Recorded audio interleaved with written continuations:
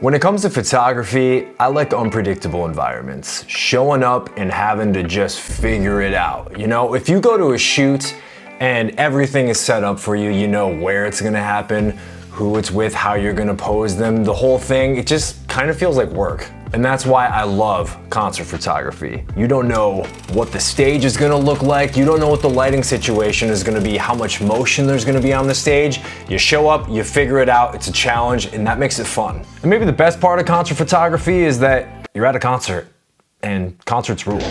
But something you always have to think about with your concert photography is what separates your shots from everybody else's. Because if there's a band out on a tour and you catch them on the 5th, 6th, maybe 15th date of the tour, a lot of the shots that you're going to get have probably been taken already and are posted somewhere across the web. So what separates your shots? And one thing you always need to remember is that you don't just want people to view and observe your photos, you want them to experience them. You want them to see what that room was like, what the energy was, how it felt in there. And say a concert environment, you wanna like see that sound, if that makes sense. And we'll kind of dive into that here in just a little bit. I recently posted some pictures from a Slipknot concert I shot in Fargo, North Dakota up on my Instagram, and I got tons of great feedback, and a lot of people actually asked what I did to edit these photos. And it's super easy. All right, for some examples, we're gonna dive into Photoshop, look at some photos I took at a recent Slipknot performance in Fargo, North Dakota. And this first shot looks really cool. I like the photo the way it is. Anytime you can get like some recognition from an artist, it always just enhances the photo because now it's your shot. So in this particular shot, we have Corey Taylor of Slipknot. Give me the finger right there. It looks cool, but you know, you don't experience this photo. There can be a little bit more. So the first thing we're gonna do is crop it down. I really like doing like the vertical 4x5 crop. Instagram seems to like it a lot too. So we'll crop it to that.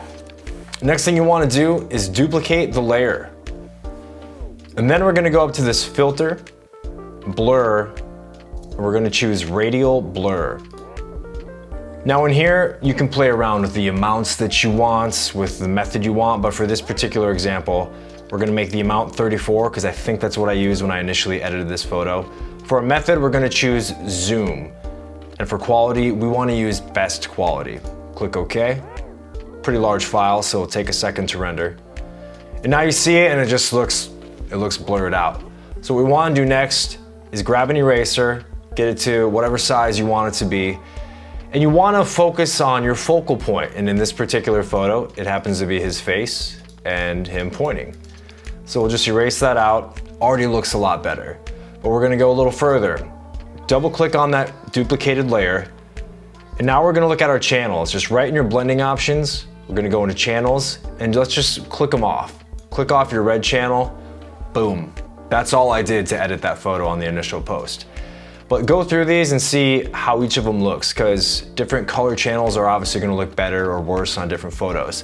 Green looks cool here, and blue is very subtle, but that, I don't know, there's something like sonic about that. That's a cool look as well. But for this one, we're just gonna turn off that red channel. And to me, that photo looks good to go. It just adds so much. You can almost just feel the energy coming at you. But to enhance it just a little bit more, we're gonna add a curve. I always like to make kind of your basic S curve. But let's take the highlights and lift them up. And now look at that. It made those highlights a little blurrier.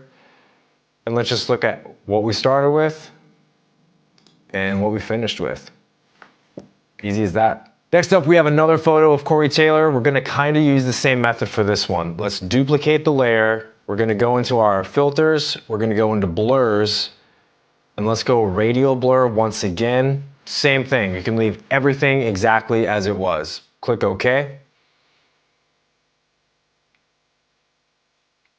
And now, let's grab that eraser, focus on his face here. Get a little of the hand in there as well. It's kind of cool. It almost has like a prism effect. You can still see a duplicate of the top of his fingers from the blur. We'll double click on this, go through your channels again, click through the red, the green. That looks cool. And once again, that blue just has this like subtlety to it that I really like. But I went over the top on these edits. Over the top, band.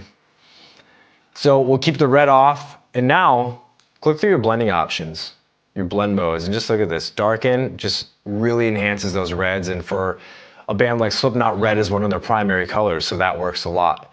And multiply, look at that, like very Slipknot. You can go through them.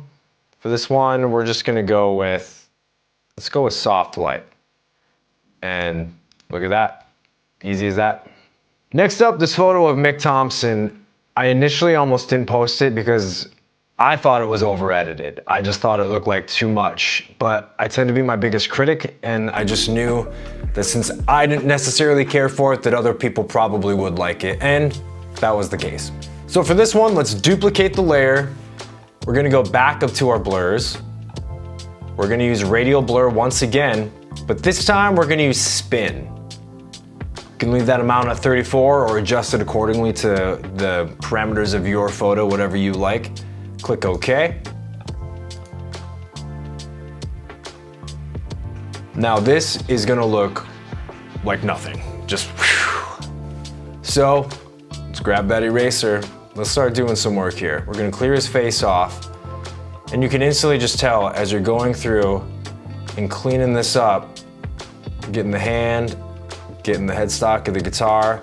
Look at that, it's really awesome because just this middle finger here, it looks like that's in motion. You can keep on working it, see what you want to do with it, and just like that, all of a sudden, that photo came to life. Almost looks like he was doing, you know, the helicopter headbang there, but you can add a little bit more to it. You can do that with any photo. There's always more to do. But for this particular image, I took something like this, a film burn. I just drug it over the top of it, resize it, and then of course, go through your blend modes, see what you like. I tend to really like to beat up my footage, whether it's a photo or a video. I just like a really retro, burnt kind of look. So I see something like this and I'm like, yeah, but it's a little too much for something like this. So maybe just an overlay like that. Once again, grab a curve. You can never go wrong with curves. Maybe just brighten it up a little bit, but look at that. Bam. And we're gonna do one more here. We're gonna do clown. Now you can see this photo here. He's just standing there. Whatever was happening at this particular moment in time that I captured it, must have been just a lull in his particular part of the song, so he's just staring, gazing into the crowd. So you have a photo with really no action. I mean, it's a cool photo, but it can be better.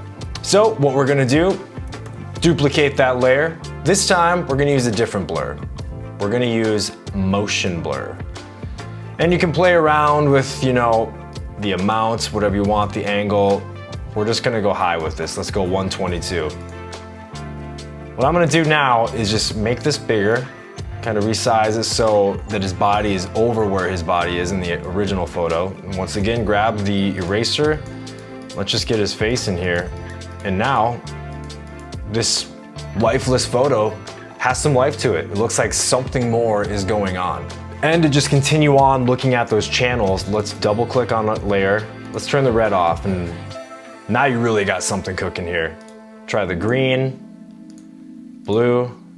For these Slipknot photos, just turning the red channel looks really cool when it's off. So just like that, all these photos now just have a little more oomph to them, a little more energy, a little more something. But you can't do this for every photo. You can't just take any photo and be doing things like this to it. It might just be way too fake looking, way too over the top. Not that these are like hyper realistic by any means, but they work in this environment. They're over the top edits for an over the top performance. So basically it's up for you to decide when you think something like this, maybe taking your photos to a different level, if it's appropriate or if it's not. For these particular photos, it just worked. So that's it. I hope you found some use out of this video. I appreciate your feedback, and if you have any tips, leave them in the comments below. Maybe something you do, something you would do different on these types of things, and just share your knowledge because we're a community and it helps to help each other out. So thanks for checking this out. Make sure you're liking the video, subscribing if you dug it enough, and maybe I'll do some more of these in the future. But until then, enjoy the rest of your day. Be excellent.